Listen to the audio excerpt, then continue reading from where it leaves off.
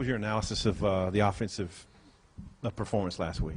Yeah, I mean, I didn't think we played very good, to be honest with you. We put our defense in short field several times. We can't do that. We talked about that all week, and didn't give our defense a chance there, especially early in the game.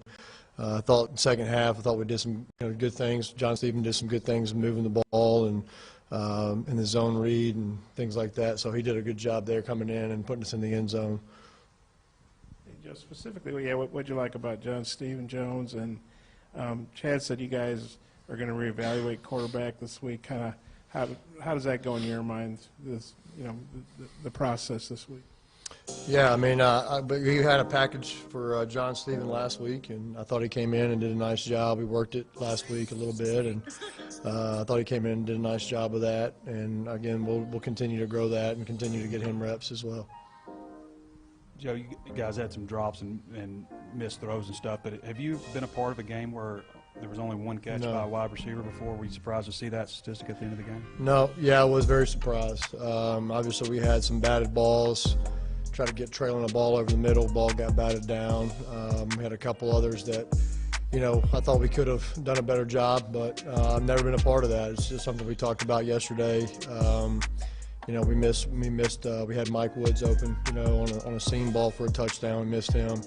But yeah, that was something that was new to us. We knew going into the game that their DBs were pretty good, and credit to them. I mean, they did a good job of locking us down for the most part on the outside. On the inside, I thought we did a good job of getting open. We just got some balls batted down and overthrew Mike.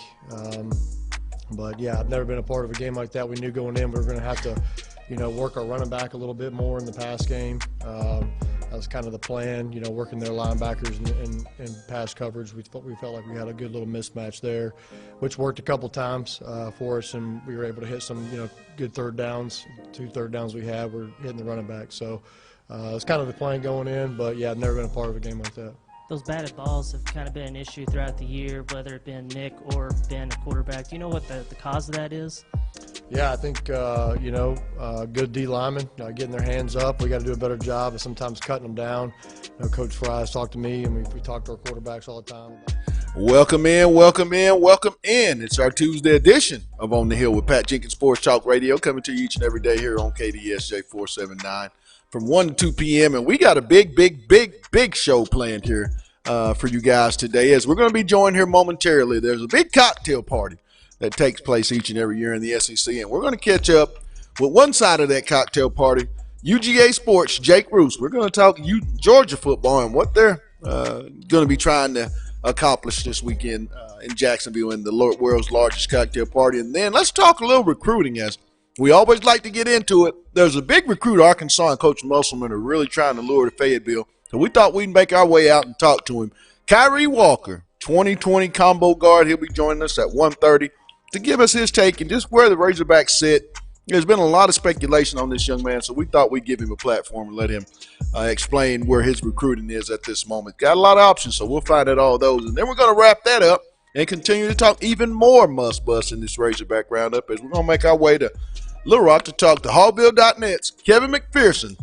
They came out, the big man, Moses Moody, came out with his top 3. There's some other guys, Chris Moore, Keon Ambrose, KK Robertson, Jalen Williams. We're going to talk to Kevin and get his take on just where Arkansas sits with those big-time prospects as well. But I want to bring in my producer, co-host, the man behind all the goings-ons, Demetrius Johnson.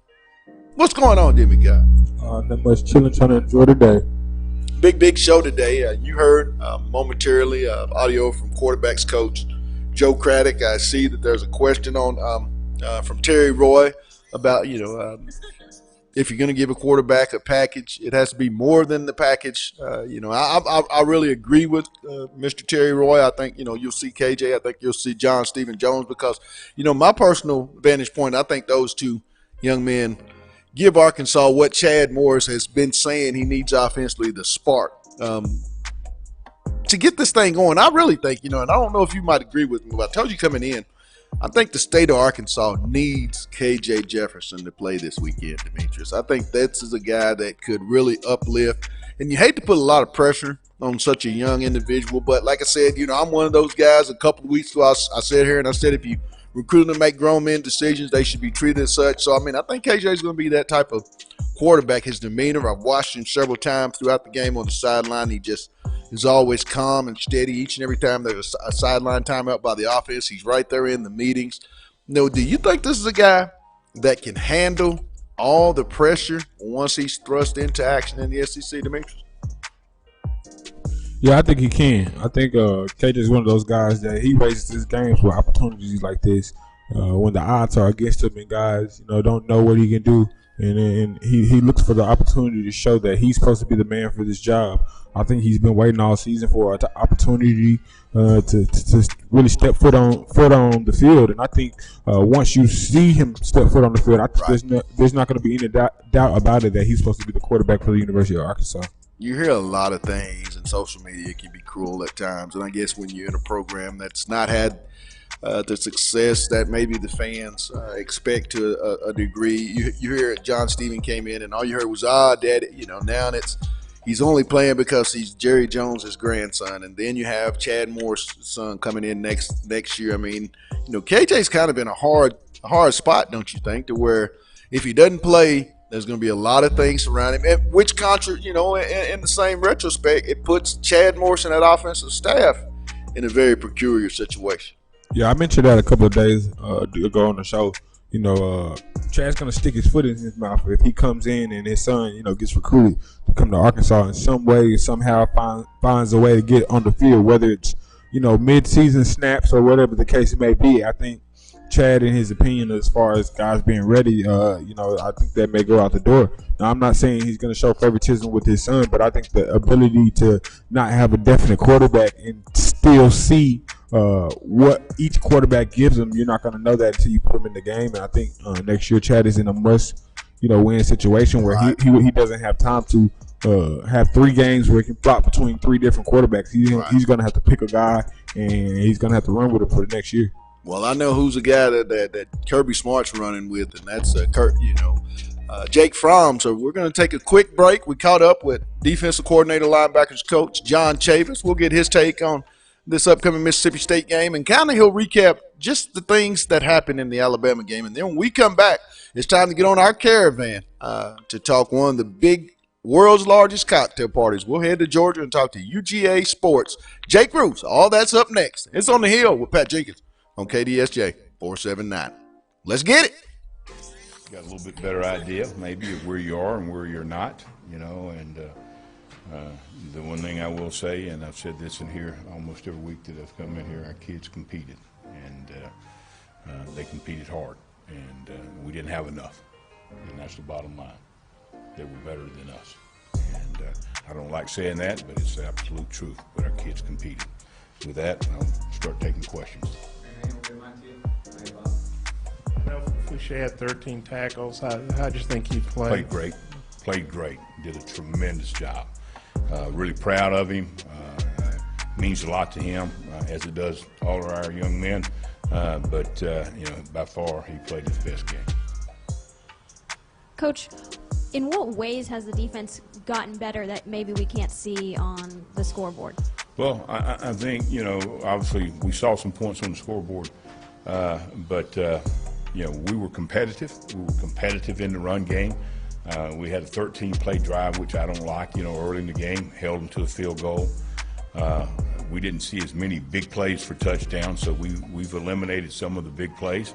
We played a very talented team, and that's obvious, but it's hard to measure, improvement, when you're playing the #1 team in the country. But there's no doubt I saw improvement, and comparing to this year and last year, by far, we were better. Our kids competed. I think we tackled better. We did let a few plays get away from us, but fundamentally we were better, and but they were just better than us.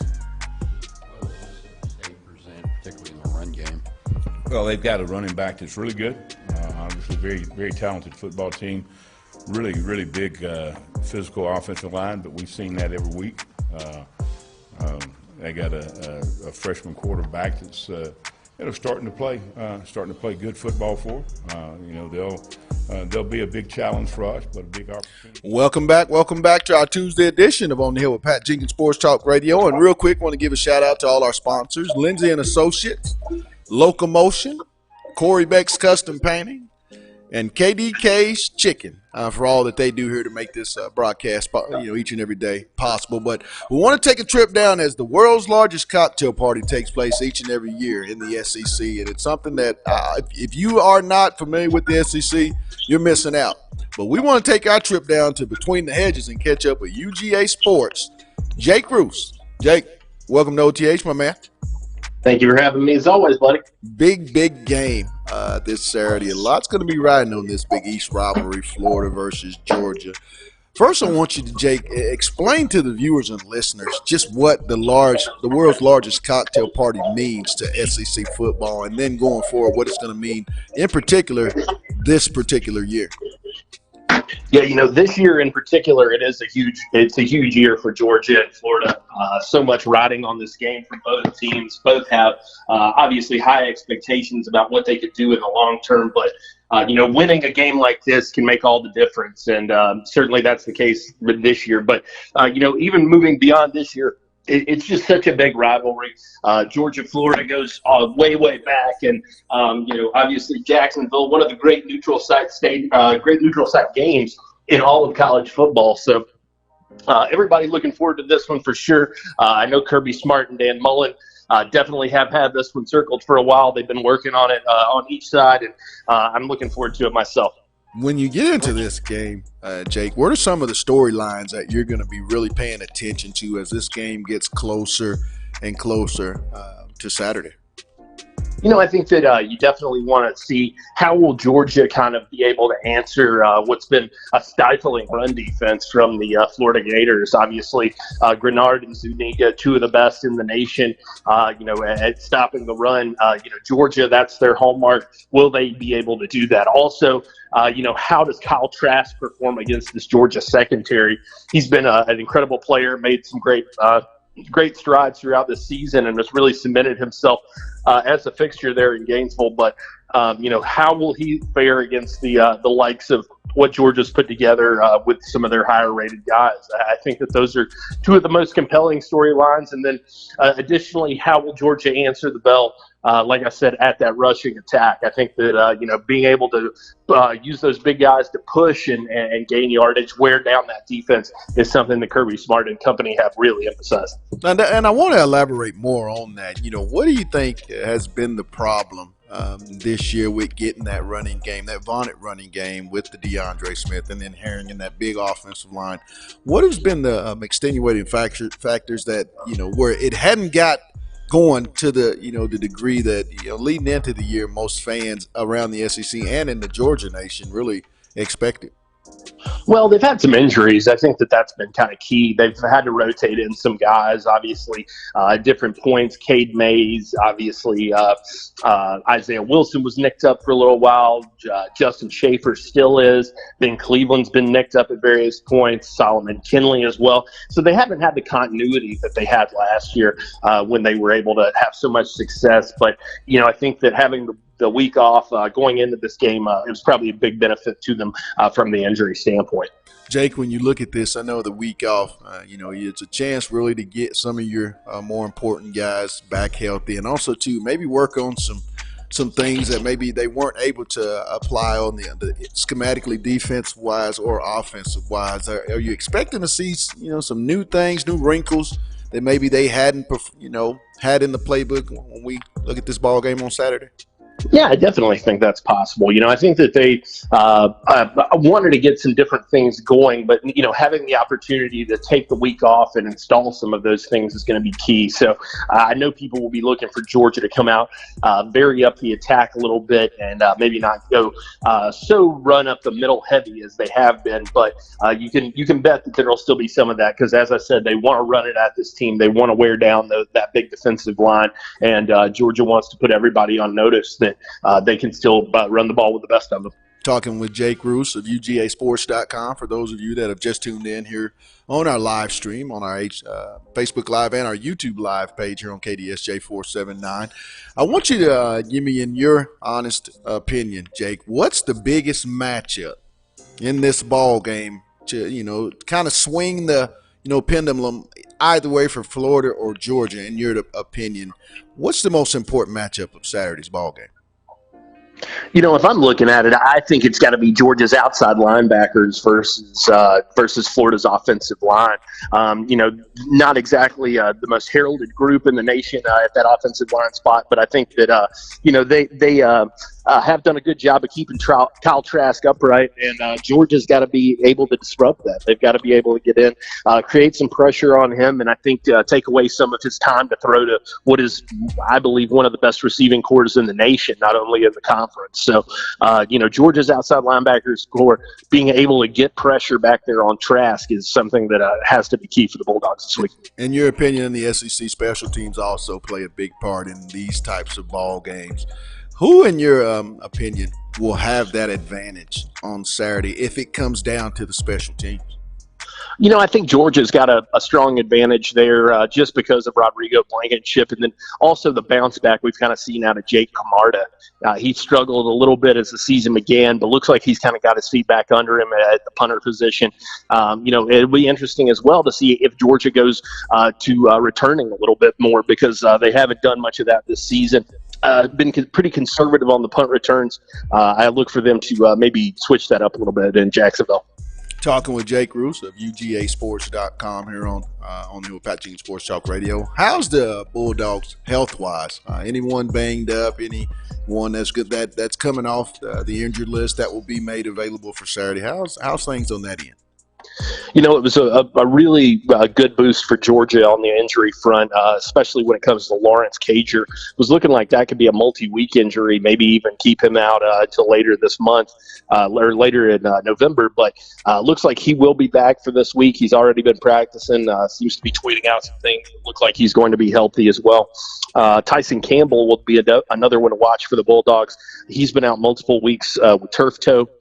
He was practicing prior to the last game.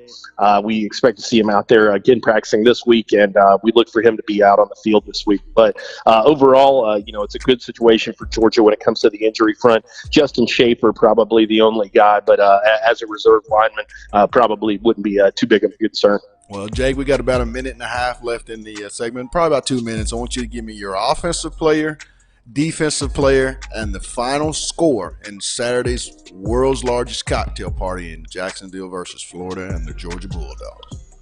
I got to go offensively with DeAndre Swift. I just think that if he's able to do the things that he's capable of doing, that's going to give Georgia a big, big boost on the offensive side of the ball. He's got a little chip on his shoulder after hearing a little bit of chirping about how he was an average back from some of the Florida players. So I look for Swift to be that guy on the offense. And then defensively, I think Nolan Smith, I mentioned, the outside linebackers being able to create pressure on Trask.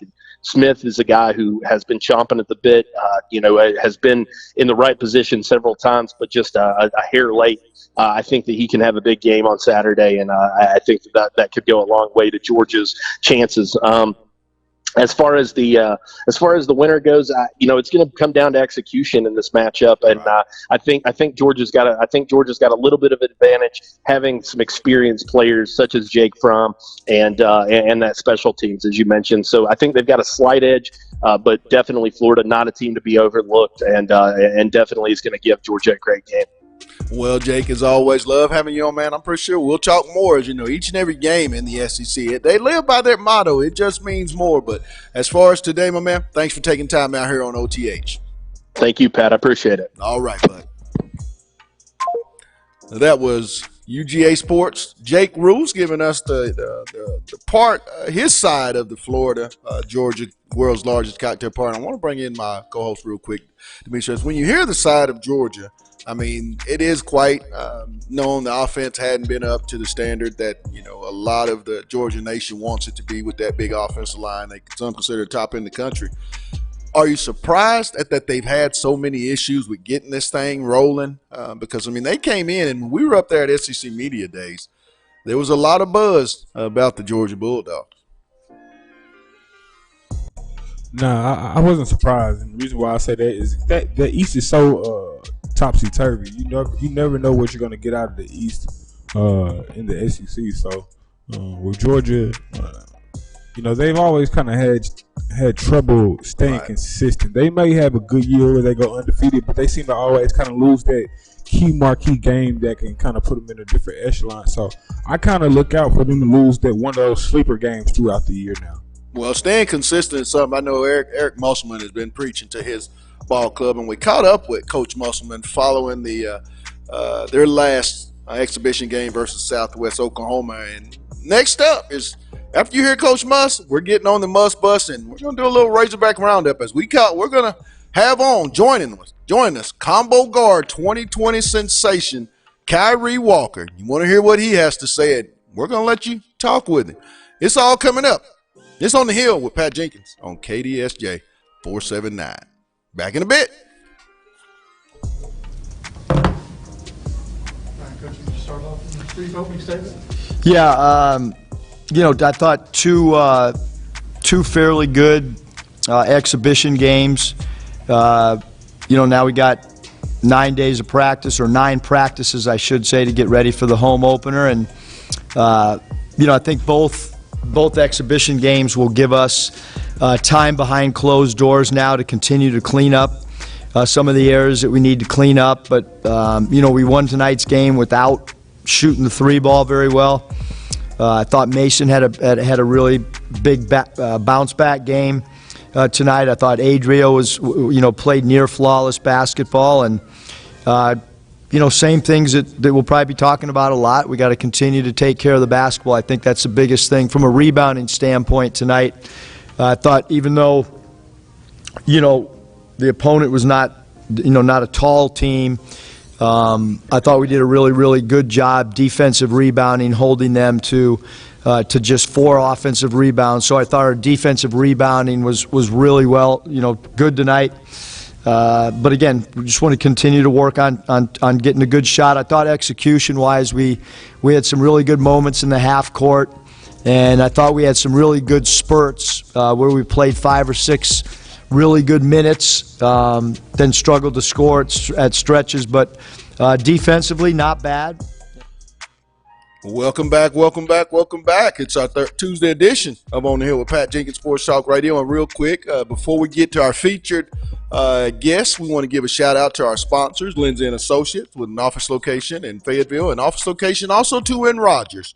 Locomotion, located just below the Northwest Arkansas Mall in Fayetteville. Corey Beck's Custom Painting. If you need it to look commercial, residential, anything, contact Corey Beck. And lastly, the one I really, really like, KDK's Chicken. It's at 989 Razorback Road. Go down and see Keith and Kathy and get you a plate of that love. And like they say, it's not your mama's. The best chicken and waffles in the South.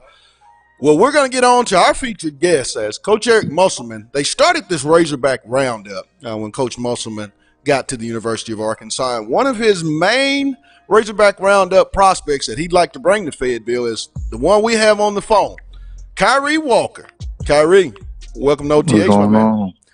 How you doing today? I'm doing real good. Kyrie, I want to talk to you about you made a decision, and I really respect that. And, so much has been made over a lot of what Kyrie Walker's doing. So we thought we'd give you a platform.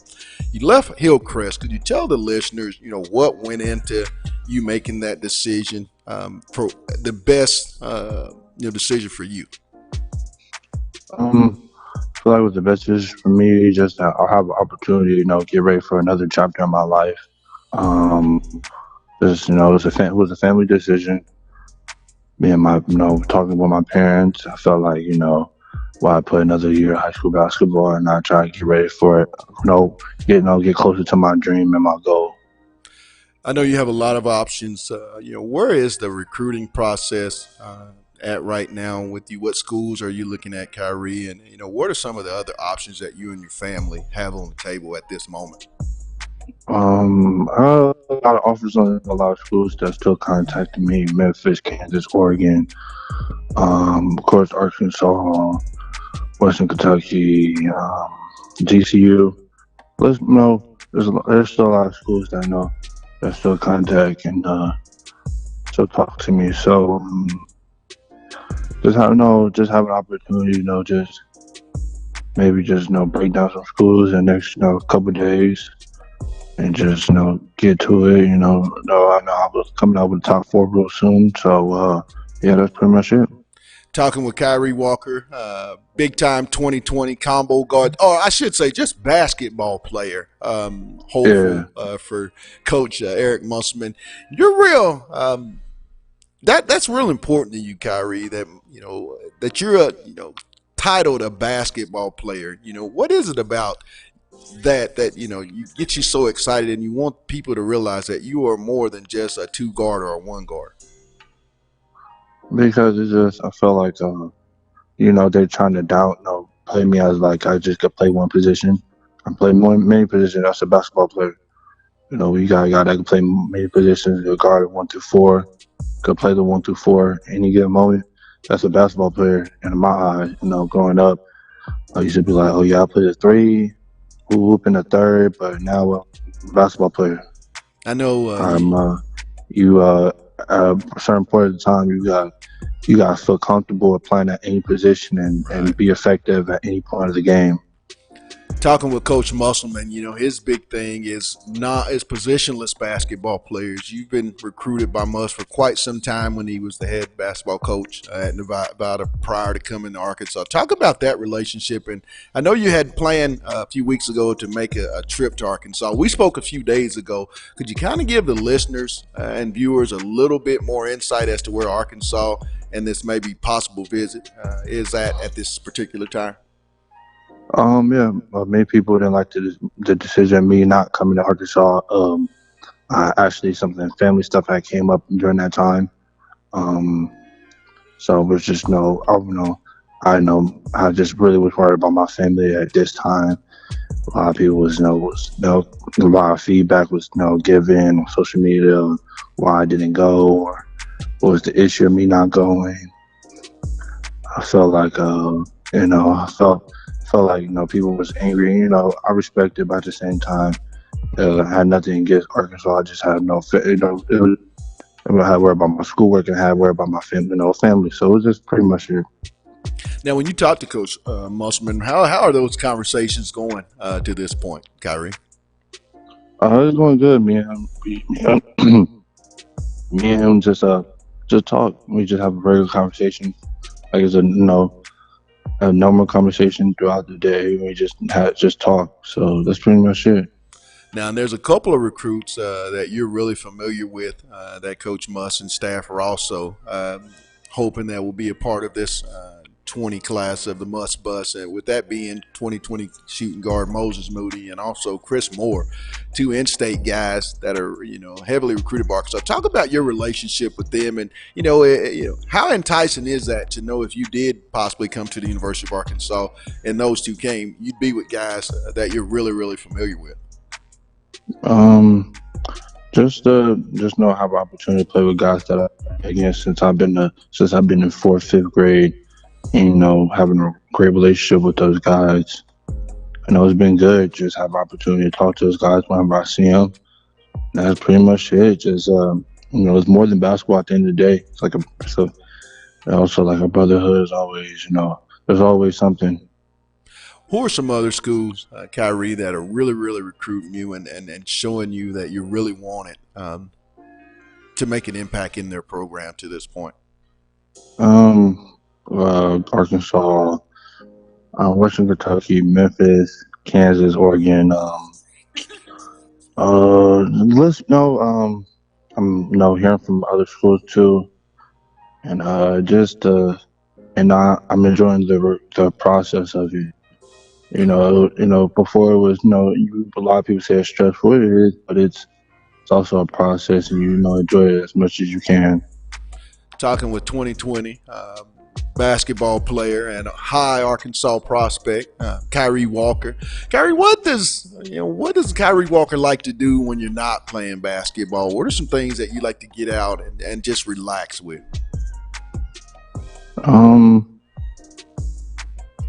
I just like being No, just normally just chilling with the fam, or just with my friends, and just having a good opportunity. So that's pretty much it. Just be happy with the game of basketball. When all is said and done for Kyrie Walker, when basketball is done, what will Kyrie be doing afterwards with his life? Probably just still be involved with basketball. I think that's the most important thing for me.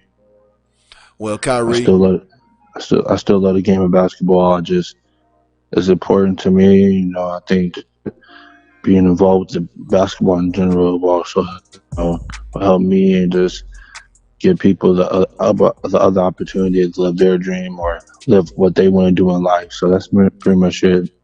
well, my man, love having you on. I'm pretty sure you and I will continue to stay in touch. I know you got some basketball workouts to get to, so thanks for taking time out here on the Hill, Kyrie. Thank you. That was 2020 Arkansas big-time basketball prospect, basketball player. I'm telling you, basketball player. You can't put a title on this young man. And for those, if you watched our live stream, you'll understand why he says he's a basketball player. Kyrie Walker. And Demetrius, watching this is a young man, in your opinion, or, what do you think? If Arkansas is able to lure him in at 6'6", I mean, where do you think this puts Coach Musselman, as far as putting this program ahead? Good. It gives him a potential piece, to go forward. I think it'll be his kind of first big signee for his class, not working off of what Anderson was doing, but just his complete class. Right. And I think he's almost gonna be the key cornerstone piece. Him and Moody, I think. If Moody decides, don't forget Devo, especially with Moody. Being from the state of Arkansas, I just think they can be cornerstone pieces for what Muslim is really trying to put together here at Arkansas. Well, we're going to continue on, and we're going to continue on talking a little more Must Bus and his Razorback Roundup as we caught up also following the last exhibition with junior shooting guard Mason Jones, and then following Mason. You know who it is. Hogville.net, Kevin McPherson. Time to talk more hoop. It's On the Hill with Pat Jenkins on KDSJ 479. Let's get it.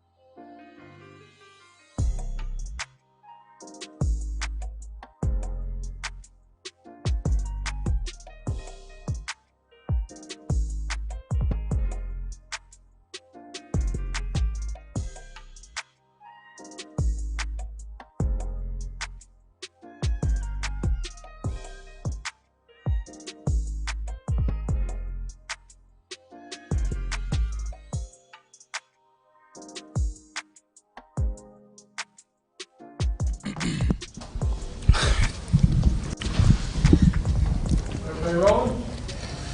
Let's get it rolling. Questions for Adrio and Mason? I guess Mason just kind of they had talked about that they had really challenged you this week. I mean, was this a game you really felt you had to respond? Yes, I felt like I had to respond better than I did the first game. Coach told me a lot of people was disappointed in my performance against Little Rock, so I kind of took that personal, knowing that last year a lot of people said I was inconsistent, so I wanted to go a little harder, and they've been on me the hardest, so I know I got to respond, and I wanted to come out this game and respond better than Little Rock game because I felt like I let myself down, let my teammates down, and I kept the game a little closer than we wanted it.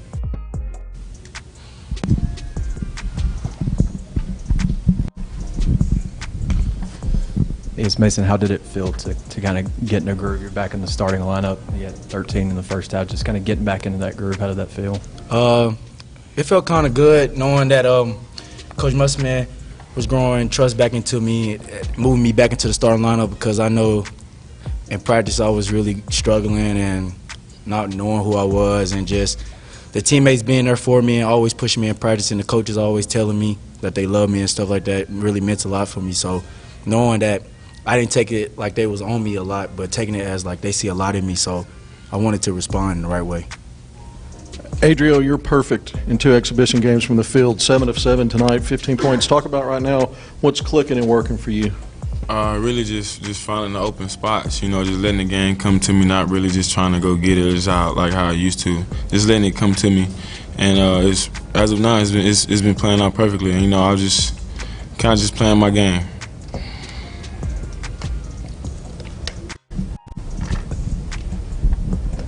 Yes, for both guys, just your general thoughts on how the preseason went, as a team as a whole. You got it. We already know like these preseason games are just to find the gel, just to see where we're at with things and who can we play in certain situations, who can play in certain positions. And, we kind of know what those games are about. Not saying that the teams that we playing are bad, just know we took them as if they were a Division I high-level team too. So we just went in with the mindset of coming in and executing and doing what we got to do to get the win. I'm going to just piggyback on what Dro said. We wasn't treating it like it was a Division II in practice because we was still doing a lot of preparation like we did in Little Rock. And we just wanted to come out here and just show that we've been working real hard and we know how to run plays and execute when we need to execute, and we can score when we need to score. So it was just good to be able to show the fans that we are working and that we are doing plays and that we know who to go to when we need it and who need the ball, win it. So just knowing that we know each other is just real good this year. For both of y'all couldn't really rely on Isaiah Joe to put up points tonight, but how does that change what you guys do or at all if it does? It don't change at all. We all know Isaiah's going to be on every night, most likely. So. Welcome back. It's our Tuesday edition of On the Hill with Pat Jenkins Sports Talk Radio. Each and every day we're here on KDSJ 479, and we want to continue on talking a little bit about the Must Bus and his Razorback Roundup, and we do it every week, and there's nobody that knows more about the Razorback Roundup and the Must Bus than the guy we get a chance to talk to each and every week, Hallville.net's Kevin McPherson. K-Mac, welcome back to the Hill, my man. Pat, I'm good. Always glad to be with you, my friend. Get off into it. We got a lot to get into. Moses Moody, 2020 shooting guard by way of Little Rock Montverde Academy, just came out with his top 3 yesterday. Talk about that top 3 and, talk about where Arkansas sits and what are the chances Arkansas may have a slight edge in this big-time battle. Well, I had the feeling that Arkansas did have a slight edge coming out of his official visit weekend before last, and I really felt like it's down to Arkansas and Michigan. He has said that Virginia's come into the picture and that he might take a visit, but they were not in his top 7, but they were in his final 3 that he reported to Tipton Edits last night. But my understanding is there's no visit set up with Virginia. Now, if he sets one up, I guess that won't come as a surprise since he's included Virginia in his final 3, but this is a school that's really got in the picture late. And so everything I've been told is this is going to shut down soon and they're going to make a decision soon. So this is kind of a wrinkle in that if he sets up a visit. Is it just window dressing? Is it just since they're really serious about him that he'd go ahead and include them in his final 3? So we'll find that out. We're going to find out in these next few days and weeks if that's a school he's serious about or if he really is going to shut it down. But if he's not going to take any more visits, I think Arkansas has a slight edge over Michigan, but I think it could go either way, Pat.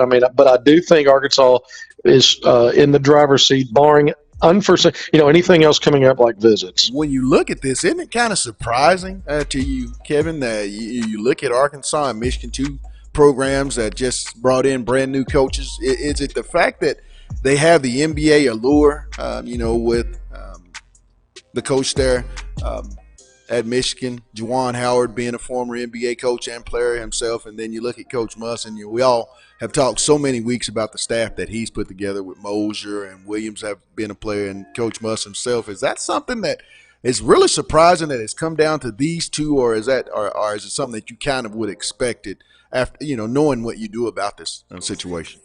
There's nothing surprising. Even the surprises shouldn't be surprising to anyone in recruiting, right? It seems like it's something different, something new, something changes. But when Michigan hired Juwan Howard, he got on the phone almost immediately and started recruiting Moses Moody, and a lot of that flew under the radar. I was aware of it, but until it actually came out, they'd been putting work in on him. Obviously, Musman and Arkansas have made him a priority.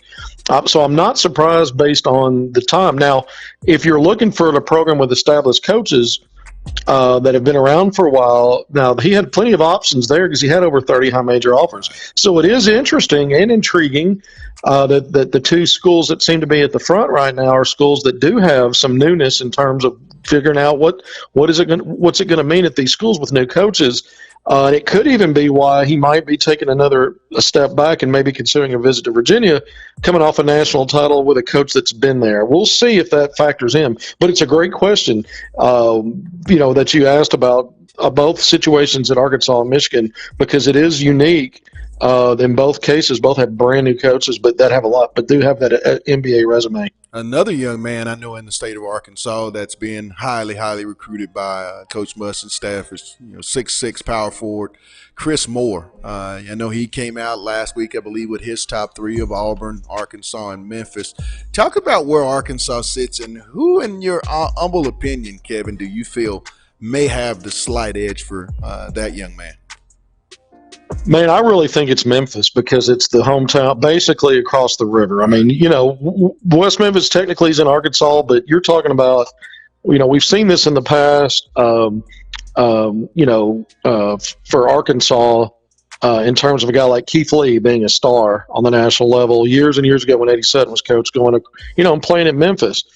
This has happened before. So we'll see if that's what happens. I mean, Arkansas still got a shot, and I think Auburn does too. Auburn, he's taking an official visit there November 1 through 3. Those are the top three. But I think if anybody's got the edge right now, my gut says it's Memphis. I know Arkansas continues to stay in the state. This is a very peculiar year in the state of Arkansas. I know, you have some outside like Moses, but you also have a young man that's at Oak Hill Academy by way of Bryant High School, just won a state championship here in the state of Arkansas. KK Robertson, big-time point guard that Arkansas covets. Where do things sit with him at this moment, and who are some of the other schools that are really going to be in the mix when the early signing period begins for KK? Well, he's another one. He visited official visit the same weekend as Moses Moody. They grew up playing together, and they're friends, and they've talked about playing together in college. So, but for him, I think Arkansas is the leader. Again, I think it's down to Arkansas and Kansas. He's taken official visits to both. He's also taken official visits to TCU and Illinois, so don't count them out. He's got one more he could still take.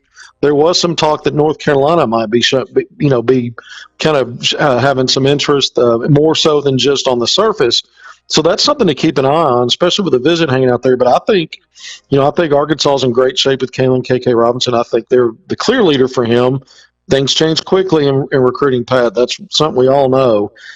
So the longer it goes before that Arkansas does not get commitments from kids that you think they might lead for, the longer it goes with visits still available to these young men, and the signing period come up so quickly, we're going to learn a lot, but there's still some uncertainty for all of them. Now, I know there's one young man about 45 minutes up the road here from Fayetteville at Northside High School, Jalen Williams, 6'10" young man that Arkansas really has shown a lot of interest, made multiple trips up to Fort Smith to visit this young man. Where do things sit, and has he come up or set an official visit to the University of Arkansas? I know there's been talk, but any set visit at this moment?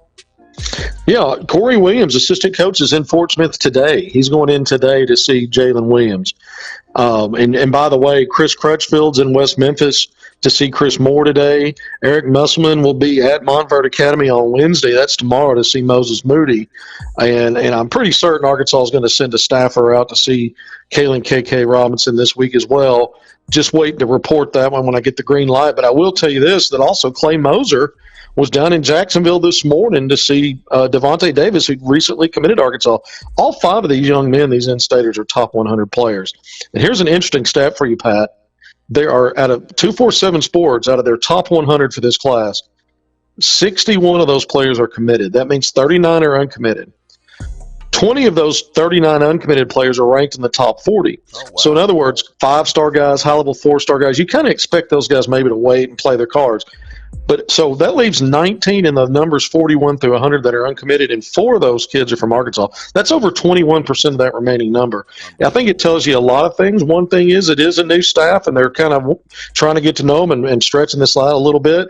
But I think some of these young men may need to be a little bit careful too, because you don't want to pass up a sure thing, a good thing, looking for something greener on the other side, and that pass you by as well.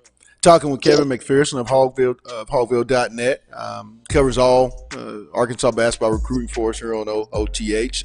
A young man that I want to talk to you about, and we just had him on our last segment, was Kyrie Walker, a big-time combo, or I like to say basketball player, big 6'6", do everything that Coach Muss has recruited for quite some time, goes back to his time at Nevada. The young man still has a lot of options on his plate. What are you hearing at this moment in regards to Kyrie Walker and the recruitment and interest with Arkansas? Well, his dad told me over the weekend that he's about to wrap up all of his high school requirements. Now, he's not going to be able to – the soonest he could play on the college level would be the second semester, or basically the spring semester, which if it was Arkansas, that would mean basically SEC play. Maybe get in some non-conference games in December, late December. But he's got other options. One might be the G League, professional basketball, the NBA G League, the developmental league. Another would be, there's been talk that he's been talking to professional organizations in China and overseas. So he's going to have some options once he does finish high school. So there may be some other things that are still hurdles for him in terms of playing college. I'm not going to go into those, but just based on my conversation with his dad, they think that something's going to be resolved in the next few weeks. But his dad did tell me that if he looks at colleges, and that's a serious consideration for him, that he's going to have a top 4, and that Arkansas will definitely be in it and will definitely get a visit. Some of the other schools that I know, Western Kentucky, Rick Stansbury's been out to see him. There's been other schools involved with him for a while, and we'll see if any and how many of those come back into play. I know that, Kansas, Arizona, he was once committed to Arizona State. I know Memphis was interested in him. So, he's going to have some options if college is a route that he considers. Real quick, we got about a minute and a half. I know you were at the Arkansas last exhibition game last Friday night versus Southwest Oklahoma. What were some of the takes, real quick, Kevin, that you took away when you left the arena that, some of the fans might be checking on a week from today when they open up their actual 2019-2020 season?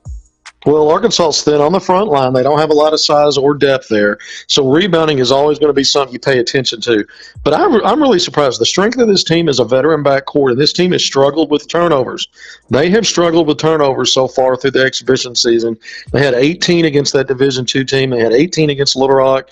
And so if rebounding the ball is going to be not only a point of emphasis, but an area that you might struggle sometimes, you got to take care of the basketball because possessions are, they're valuable. Right. And so I think that's something to keep an eye on. Does this team improve in that turnover margin situation? And the other thing is they fouled a lot in the preseason. And so that's another thing. You cannot play good defense and then send a team to the free throw line. So I think several things there. In terms of individuals, senior forward Adriel Bailey has really been an eye-opener. He's played within himself and been very productive and helpful at both ends of the floor. We know Isaiah Joe and Mason Jones both showed in the preseason what they're capable of. Too many times last year, those guys weren't on the same page, having big games on the same night. And we've seen that in the preseason again. One guy's up, the other one's down. Arkansas has got to have both of those guys on the same page, getting it done to have a successful season. Well, man, you're always on the same page. You and I, when I bring you on, I already know what I'm going to get, and it's going to be the skinny like no other. But as always, keep up the good work, my man. And real quick, can you tell the listeners before I let you go how they can read some of your great stuff that you put out, Kevin? I appreciate that. I'm a contributor at hogville.net, and on Twitter it's at ARHoopscoop. All right, my man. Well, thanks for taking time out on the hill, and I'll catch up with you. I'm pretty sure you'll be up here next Tuesday night, and we always converse down in the media room before we take our seats. But thank you. I'll be there. All right. All right, my friend. That was hogville.net and AR Hoop Scoops. Kevin McPherson giving us the 411 when it pertains to the Must Bus and the Razorback Roundup. And that's going to conclude our Tuesday edition of On the Hill with Pat Jenkins Sports Talk Radio here on KDSJ. I want to give a thank you to all of our guests that took time out to join us here on OTH.